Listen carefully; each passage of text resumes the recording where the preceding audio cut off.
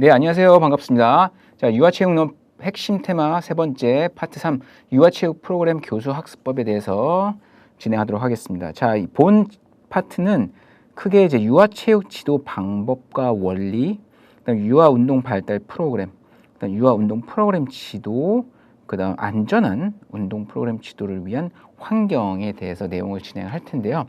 제가 올해 2024년도에 처음 1번부터 3번까지 연달아서 자, 지도 방법과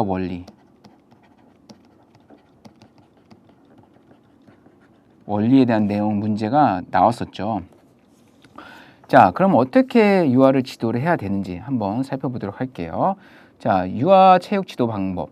자, 일상생활에서 자신의 신체에 대해 자연스럽게 인식하도록 신체 놀이를 계획을 한다. 자, 아이들을 가르칠 때는 이 놀이라는 개념이 먼저 접근이 돼야겠죠. 뭐 당연히 교육이지만 아이들의 그런 대상, 우리가 가르친 대상이 누구죠? 바로 유아잖아요. 그렇죠? 예, 유아는 뭐든지 이 놀이로 접근이 시작이 돼야 돼요. 왜? 흥미와 뭘 위해서? 재미. 그래서 신체 놀이를 계획을 해야 되고요. 자, 교육적으로 풍부한 실내외 물리적 환경을 준비해서 유아의 활발한 활동을 지어야 된다. 아이들은 뭐 잘 아시다시피 이런 참여나 몰입이 쉽게 질리고 쉽게 떨어질 수 있어요. 그렇기 때문에 이 풍부한 기자재, 교부 등을 준비한다. 그래서 다양하게 아이들을 자극시킨다. 즉 자극이라는 표현이 좀 세지만 다양하게 아이들을 흥미를 불어 넣어준다라고 얘기할 수 있는 거죠. 일단 신체 활동을 하면서 공간과 시간, 힘, 흐름 등의 동작 기본 요소를 꼭 반영을 해야 되고요. 그다음 유아의 안전에 세심한 주의를 기울이고, 안전 중요하죠. 우리 프로그램 기본 원리에서 안정성의 원리 있었잖아요. 그렇죠? 앞에 설명해 드렸죠. 그리고 놀이의 규칙을 이해시켜야 되고, 일과 중 다양한 신체 활동이 이루어지도록 충분하고 규칙적인 시간을 계획을 하고, 그다음 신체 발달과 운동 능력을 정확히 파악하고, 중요한 것도 개인차를 고려를 해야 되고, 뭐 또 말씀드리지만 앞에 핵심 테마 1에서부터 2 다 중요한 그 내용이 반복적으로 계속 나오고 있잖아요. 그렇죠? 그 다음 다양한 영역 활동이 통합적으로 이루어지는 것, 다양성, 그다음 통합 이루어지도록 해야 되고, 유아의 신체 활동만큼 휴식도 중요하므로 적당한 휴식 계획도 필요하다. 앞 강에서 이야기 말씀드렸듯이 유아의 그 심박수, 체온은 성인들보다 높습니다. 그렇기 때문에 어떤 프로그램을 할 때 그런 장소, 환경에 따라서 아이들의 그런 그 수업 참여에 대한 집중도가 또 결정되기 때문에 그런 부분을 또 잘 고려를 해서 해야 되고요.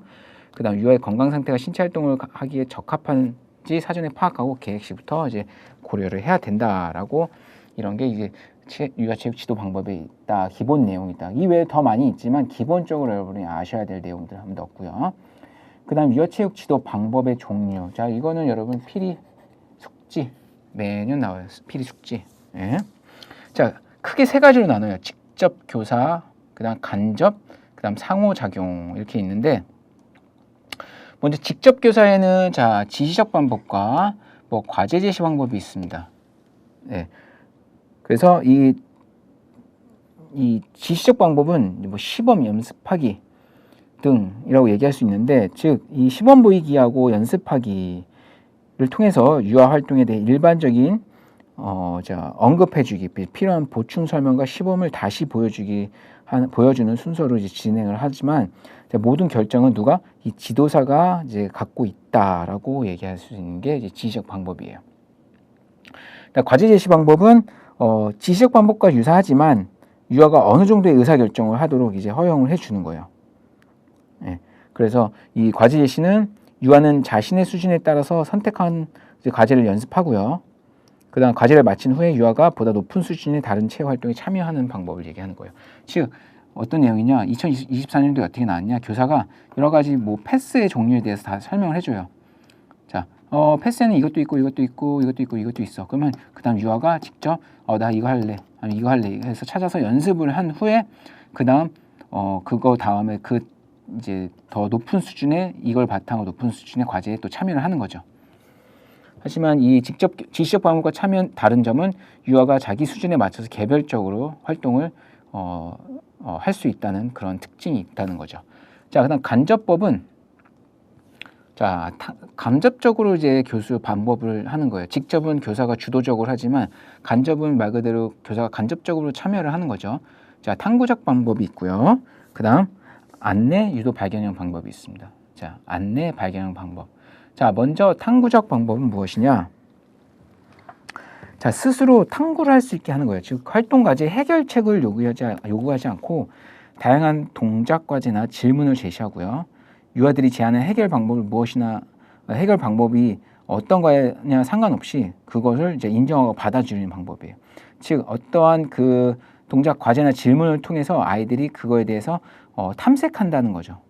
예, 즉 창의적으로 생각할 수 있는 그런 기회를 주는 거죠.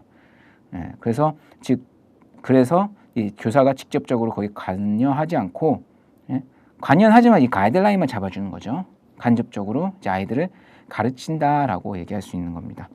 자, 그 다음은 안내 발견형 방법인데요. 자, 이 방법은 뭐냐? 자, 충분한 표현, 창의성, 실험 기회를 제공하지만 유아는 이제 또래나 교사의 동작을 관찰함으로써 특별한 과제를 수행하는 방법이다라고 얘기할 수 있어요. 그래서 교사가 적절하게 질문을 던져요. 자, 우리가 이제 패스에 대해서 할 건데 패스의 종류는 뭐가 있지? 라고 물으면 아이들이 뭐라고 표현을 하겠죠. 뭐가 있고.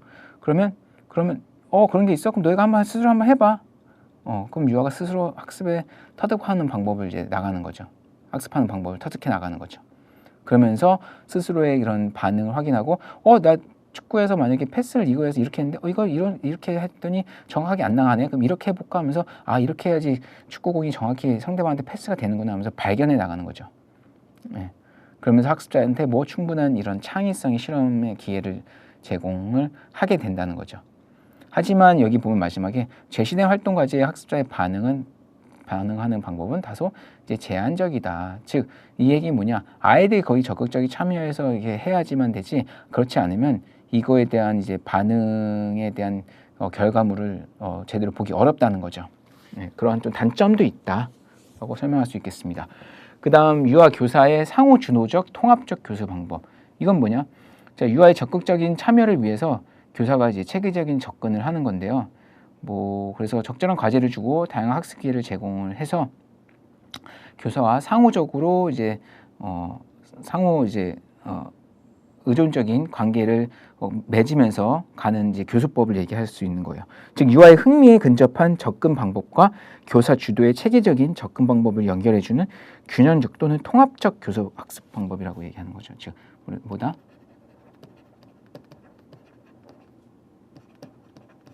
통합적 교수 방법. 네. 자, 다음은 유아체육 지도의 원리가 있어요. 예전에 출제가 2022년도 전에는 많이 출제가 되었는데 그래도 출제될 확률이 또 부분이 있기 때문에 한 번씩 읽고 이해하시고 넘어가시면 도움이 되죠. 자, 아이들의 지도 원리. 자, 놀이, 재미, 흥미가 있어야 되죠. 무조건. 아이들의 흥미를 고려해서 체육 활동이 지속되도록 해야 되고요. 자, 생활 중심의 원리는 뭐냐? 자, 아이들의 일상생활에 필요한 그런 신체 활동의 그 혈대 활동을 제공해야 되는 거죠. 아이들 생활에 필요한 건 뭐죠? 기본 움직임 동작이잖아요. 우리 앞서서 기본 움직임, 초보적 움직임 동작 다 이렇게 배웠었잖아요. 그런 게 바로 우리 생활에 필요한 동작들이잖아요. 그래서 이런 부분을 가르쳐야 되는 거고요. 그다음 개별화 또 나왔죠. 유아한테 맞는 개인화, 개별화 발달 속도에 맞춰서 체육 활동 참여하도록 지도해야 되고, 탐구학습, 유아 스스로 탐구할 수 있는 그런 시간을 줘야 되는 거예요. 학습하고 충분한 학습 시간을 제공하는 거. 반복학습. 자, 좀 부족한 학생들은 계속 기초적으로 그 동작이 될 때까지 반복적으로 학습하는 거. 근데 그 세 가지 동작이 있어요. 어떤 거? 안정성, 이동성, 조작성. 우리 앞서서 얘기했죠. 이 부분이 무조건 먼저 필수적으로 배워야 되는 거예요. 그 다음 그 단계로 전문화된 단계로 넘어가는 거죠. 이 단계들이 성숙이 되면. 그래서 이런 기초 동작들을 반복 학습을 한다. 융통성의 원리는 뭐냐? 유아가 신체 활동을 시간을 스스로 결정하도록 융통성을 제공한다. 즉, 유아가 참여 학습 시간을 충분히 제공하고 자발적으로 참여할 수 있게, 수업에 참여할 수 있게 그런 기회를 제공해 줘야 된다. 통합성의 원리는 우리 이제 분절화해서 이제 구조화, 조직화하게 했었잖아요. 궁극적으로 이제 통합이 필요하다. 통합의 원리. 그래서 유아의 대근 운동 중 기초 운동과 운동 능력, 지각 운동 능력, 통합적인 발달, 즉 안정과 이동, 조작의 통합적인 균형 있는 발달이 필요하다라고 얘기하는 거죠. 자, 다음은 이제 프로그램입니다. 자, 프로그램의 목표에 있어서 첫 번째 보시면 다양한 신체 활동과 감각경을 통해 자기 신체와 주변을 인식하는 기초 능력을 향상하는 프로그램의 목표를 가져야 되고요. 기본적인 운동 능력을 기르고 기초 체력을 증진하고요. 자기 감정을 표현할 기회를 제공하고 지각과 동작의 협응 과정을 통해서 지각 운동 기술을 발전시켜야 되고 체육활동 참여에 있어서 즐겁고 건강한 정신을 유도하며 안전한 생활 습관을 지도하는 프로그램의 목표가 필요하다. 이건 예전에 출제되었지만 이 프로그램 목표에 대한 뭐 내용은 한 번씩 이제 그냥 읽고 이해하시고 쉽게 넘어가시면 돼요. 만약 시험 문제에서 이런 내용이 나왔다 그러면 좀 이 문장이 좀 매끄럽지 않거나 좀 부정적이다 그러면 그런 게 답일 확률이 높습니다. 그리고 어렵게 나오진 않아요. 이런 부분에 있어서는. 그 다음 프로그램의 단계별 지도 내용은 자, 도입이 있으면 그 도입된 내용 프로그램을 준비해야 되고 전개하고 마지막에 정리하는 이러한 단계별로 프로그램을 지도해야 되고요. 항상 중요한 거는 뭐냐? 바로 이 유아라는 대상을 프로그램을 구성을 할 때 상당히 중요한 게 사전에 운동 프로그램을 이제 구성을 하잖아요. 그렇죠?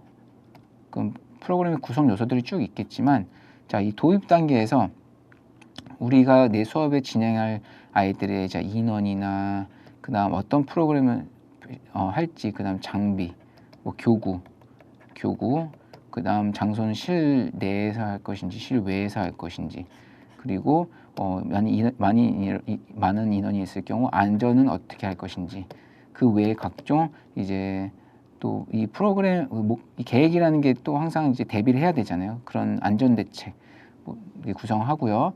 그다음 실제로 이제 준비를 하죠. 그거에 대해서 준비하면 그다음 준비 단계에서는 이제 준비 운동 필수적으로 해야 되고 그다음 본 운동 하죠.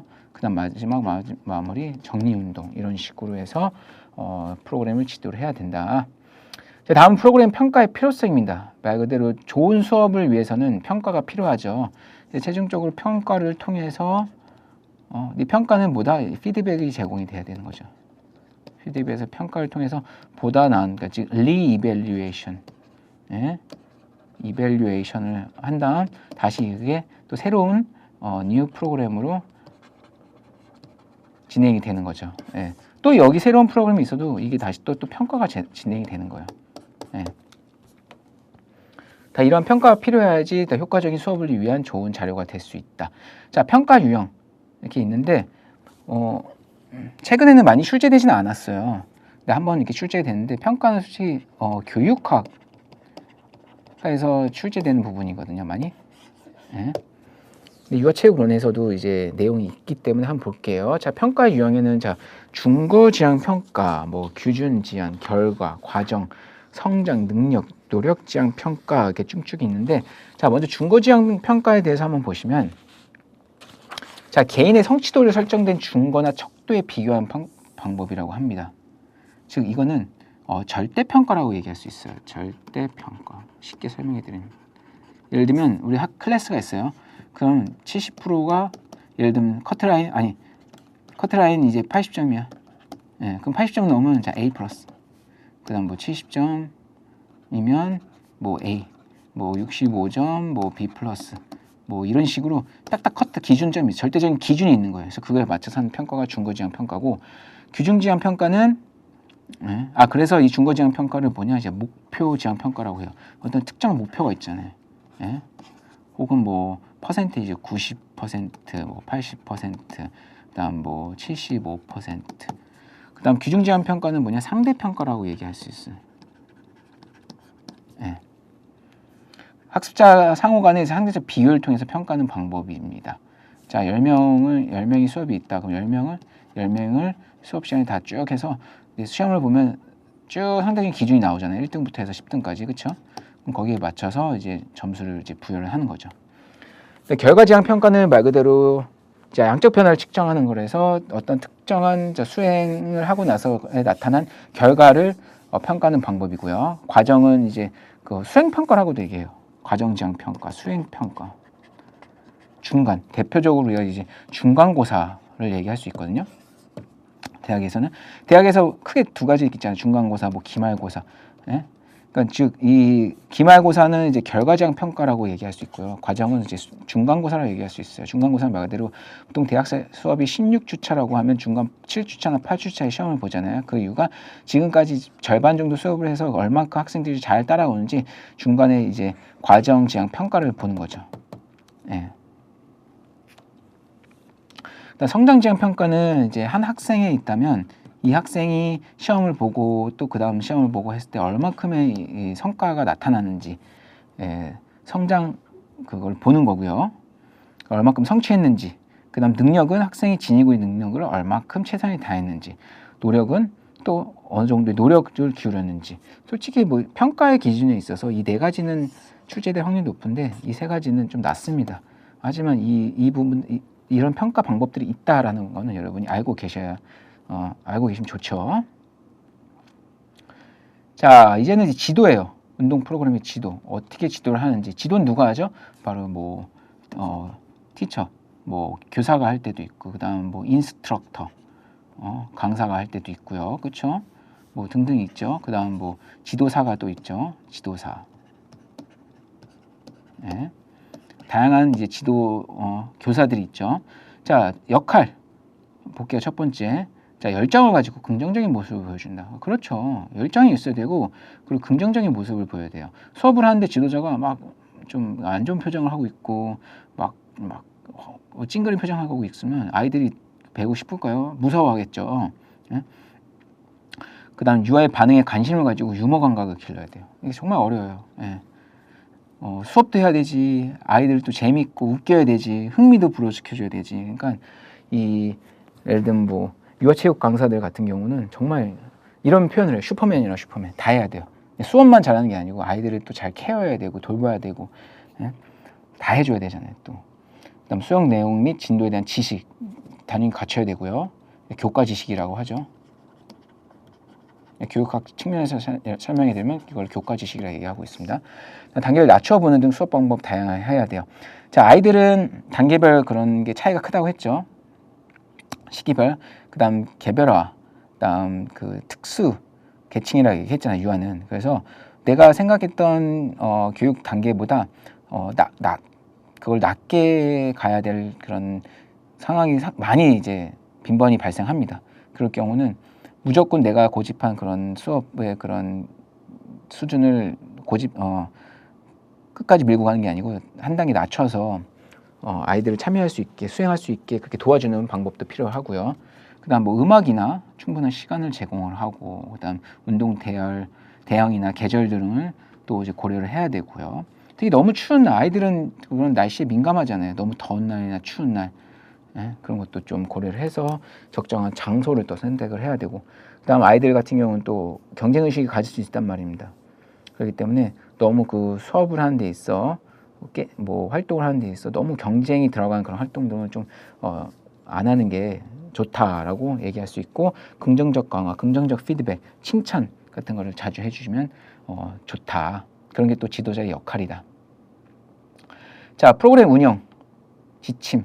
자, 유아의 일상생활이 반영된 다양한 체육 프로그램을 개발 및 운영해야 된다. 앞서 내용이 나왔죠. 일상생활과 반영된 거. 그래서 일상생활에 필요한 동작들, 기초 동작들. 기초 운동 기술은 스포츠와 관련된 체육 활동에 앞서 가르치고 학기 초에 질서, 놀이 등을 통해 규칙을 이제 가르치고요. 모든 체육 활동은 시작 전 준비 운동, 심박수 올리고 혈액순환 당연하죠. 쭉쭉쭉 읽어보시면 쉽습니다. 네, 이렇게 운영 지침이 있다. 그리고 교사는 모든 유아가 도움이 필요할 때 이를 즉시 도와줘야 되고, 체육 활동에 있어서는 다양하게 형태, 뭐 개인도 있고 소집단, 대집단도 있고 나눠서 해야 되고, 매체를 사용을 해야 되는 거고요. 뭐 시험에 나왔는데 이제 시범을 볼 때는 언어적 시범보다는 직접 행동으로 보여주는, 거기에 플러스 뭐 문자나 단어, 언어적 이제 큐가 같이 들어간다면 더 효과적이다라고 시험에 나왔었죠. 다음 UI 운동 프로그램은 실제적인 측면에서 프로그램 운영과 관련된 다양한 정보를 포함해야 되고 뭐 행동적인 목적 또는 프로그램의 결과 중심적인 목적을 구체적으로 제시를 해야 돼요. 네. 아이들 같은 경우는 설명을 해도 잘 그걸 받아들이지 못한 경우가 많습니다. 그래서 딱 정확하게 일목요연하게 간결하게 이 동작 할 거야. 이 동작 여기서 이렇게 하면 돼요. 이렇게 따라 하세요. 딱딱 짧게 해야지 알지. 뭐 막 설명이 장황하게 길고 막 너무 많은 동작을 요구하면 아이들은 수행하기 어렵습니다. 그래서 이 운동 기능에는 개인차가 크기 때문에 UI 발달 단계를 잘 고려해서 지도를 해야 되고요. 큰 근육에서 작은 근육. 예, 또 이런 내용 또 나왔죠. 계속 중요한 내용 반복적으로 나오고 있는 거예요. 파트 1에서부터. 그리고 이동, 조작, 안정성 나왔죠. 관련된 다양한 기본 운동 능력을 발달시켜야 된다. 유아체육 참여를 증진시키는 전략. 자, 즐거운 수업 만들기. 어떻게 즐거운 수업을 만들까요, 여러분? 제가 여러분들한테 질문을 했네요. 자, 먼저 흐름이 줘야 돼요, 아이들을. 예, 즉 흐름이 뭐냐? 수업을 진행하는 그 흐름. 그리고 아이들의 흥미를 도울 수 있는 음악이나 도구. 자, 아이들은 그런 그런 시각과 청각적에 되게 반응을 잘 하거든요. 그래서 신나는 음악을 틀어주고 혹은 재밌는 음악 또 거기에 적절한 교구들을 사용을 하면 재밌는 즐거운 수업을 만들 수 있겠죠. 그래서 유아체육을 보면 여러분 정말 많은 교구들이 많아요. 예, 아이들 한 명 다 흥미와 관심이 다르기 때문에 그런 걸 자극을 주기 위해서는 다양한 교구를 적용을 해야 됩니다. 그 다음 신체 활동을 증진시키는 전략으로 아이들 움직임을 관찰하고 충분한 신체 활동이 이루어지지 않으면 다양한 접근이 필요해요. 변형이 필요하고 유아가 제외되거나 참여하기 어려운 활동은 하지 않는 게 좋습니다. 예, 그 지시는 간결하고 명료하게 활동에 참여한 것에 대해서는 긍정적 피드백 제공하고요. 다 설명해 드렸죠, 앞에서. 그다음 비과제 참여 유아들은 재감독하고 따로 별도로 훈련이 필요하면 다시 또 그 학생만 별도로 가르치지만 너무 길게 하지 않고 효율적으로 짧게 가르치는 그런 방법이 필요하고요. 그리고 수업 전에 교구를 배치해서 아이들의 대기한 시간을 줄여야 돼요. 예? 그다음 활동적 참여에 대한 정적 강화를 이제 강화해야 된다라고 얘기할 수 있는 거죠. 자, 그다음 안전한 환경 프로그램 지도를 위한 환경입니다. 예, 이제 거의 다 왔습니다. 여러분 조금만 힘내시고요. 자, 유아체육 안전지도 및 환경. 자, 인간의 두뇌는 8세 이전에 이제 우뇌가 발달하고요. 이후에 자뇌가 발달합니다. 그래서 우뇌 발달을 위해서는 에너지를 발생할 수 있는 대근 활동 환경이 필요하다. 대근 운동 먼저. 그럼 방향성의 원리에 대해서 설명해 드렸죠. 그리고 체육 지도 환경은 안정성, 편리성, 경제성, 흥미성, 효율성을 고려해야 되고요. 다음 실내 놀이와 운동기구의 안전을 고려해서 아이들이 접촉하는 그런 교구들의 재질, 그다음 시설의 안전 점검이 필요하고, 또 교사는 수업 전에 안전 검사를 하고 수업 중에도 마찬가지고 수업 후에도 최종적으로 그런 교구에 이상이 없는지, 뭐 찢어진 게 없는지, 파손된 게 없는지 다 확인해서 다시 또 수리할 수 있도록 해야 되고 보완할 수 있도록 해야 됩니다. 자, 안전한 체육 환경 조성을 위한 이제 원칙이에요. 자, 안정성의 원리, 그다음 편리성, 예, 그다음 경제성, 흥미성, 공간 확보, 효율성 등등이 있다. 뭐 한 번씩 쭉 읽어보시면 쉽게 이해되는 부분이기 때문에 읽어보시면 되고요. 그다음 한번 2024년도에 나왔어요. 처음으로 체온 조절과 관련된 질병이라고 해서 일사병, 열사병, 고체우증, 열경련 이렇게 있는데, 자, 우선 고체온증으로 인해서 발생하는 이제 일사병과 열사병이 있고, 일사병과 열사병의 큰 차이는 일사병은 말 그대로 이제 체온이 고온 환경에 둘 다 고온 환경에 노출되면 다 고온 환경에 노출되면 발생할 수 있는 질병이지만, 이 일사병하고 일사병은 중추신경계에 이상이 없는 거고, 열사병은 중추신경계 이상이 있는 거예요. 그 큰 차이, 두 개의 차이점을 보시면 돼요. 예? 고체온증은 말 그대로 체온이 올라가는 거고, 이 고체온증에 의해서 일사병과 열사병이 발생될 수 있다라고 얘기하는 거고, 열경련은 고체온증의 고온의 노출에 의해서 근육이 경련이 발생되는 증상을 얘기하는 거죠. 예. 그래서 이게 실제로 이렇게 용어의 정의에 대한 거 출제가 된 적이 있었습니다. 그래서 유아기와 유아의 응급처치 관련돼서 문제가 출제될 수 있겠죠. 자, 여기 한번 참고해서 보시면 체온 조절과 관련된 지도의 고려사항 볼게요. 자, 아이들은 체육 활동 시 성인에 비해서 열을 빨리 더 얻습니다.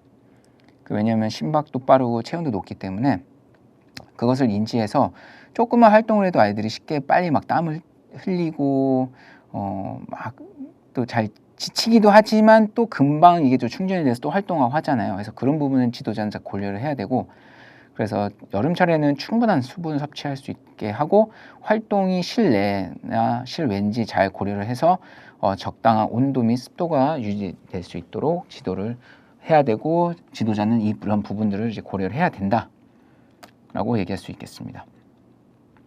다음 교재와 교구인데요. 예전에 한번 출제된 적이 있었어요. 이 교구에 대해서 실내외 교구, 도구 해서 뭐 대도구, 소도구의 이 구분이라고 해서 한번 나왔었는데 그 이후에는 출제된 적이 없어요. 하지만 이 교재와 교구에 대해서 관련된 내용이 있기 때문에 한 번씩 여러분이 읽어보시면 도움이 되실 거고요. 또 출제될 수도 있죠. 다음 유아 운동기구 배치 및 응급처치에 대한 내용입니다. 자, 운동기구 배치는 어떻게 해야 되냐?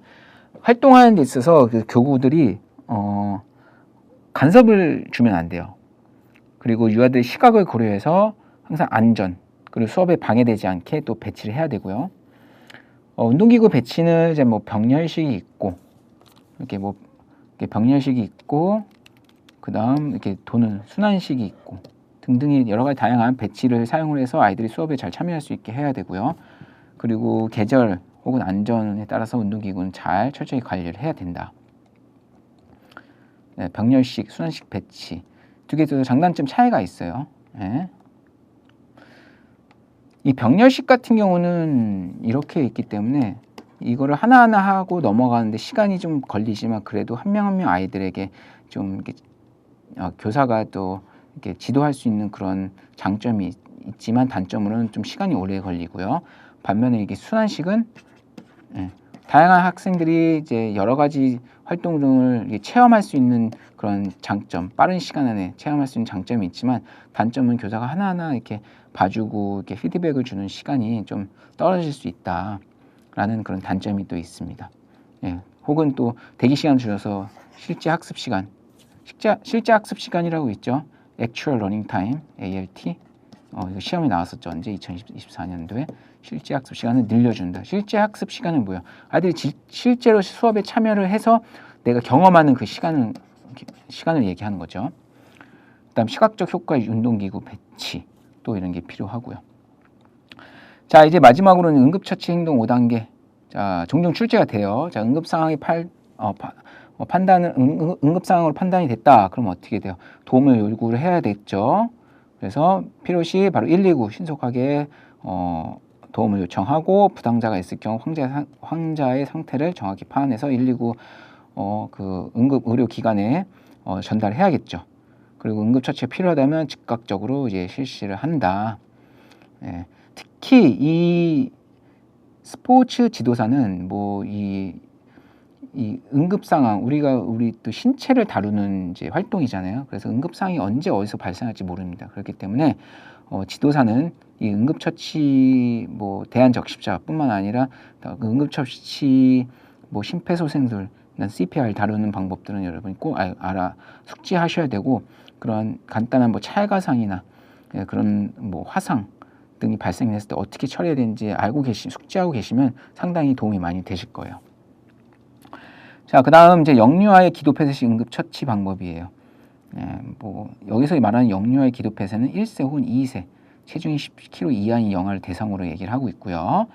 119 신고하고 둥두리기 5회, 흉부 압박 5회 하고요. 그다음 입안의 이물질 제거 등의 이런 방법 등이 있다. 그래서 한 번씩 읽어보시면 쉽게 이해가 되실 거다라고 설명할 수 있겠습니다. 자, 그래서 지금까지 유아체육론 3개 파트, 유아체육의 이해, 그 다음 유아기 운동 발달 프로그램의 구성, 그 다음 유아체육 프로그램의 교수 학습법 3개 이론 수업을 진행하였습니다. 어떻게 잘 이해가 되셨나요?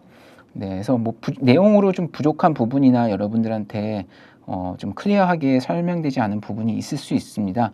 그래서 그런 부분들은 여러분 다시 한번 교재를 통해서 학습하시고 저희 또 에듀윌을 통해서 궁금한 부분 질문 남겨주시면 또 거기에 대해 답변을 드릴 수 있기 때문에 잘 에듀윌 홈페이지 잘 활용하시면 되고요. 자, 아무튼 여러분 수업 학습 잘 하시고 원하시는 결과 꼭 얻기를 제가 간절히 기원하겠습니다. 자, 수업 들으시느라 고생 많으셨습니다. 감사합니다.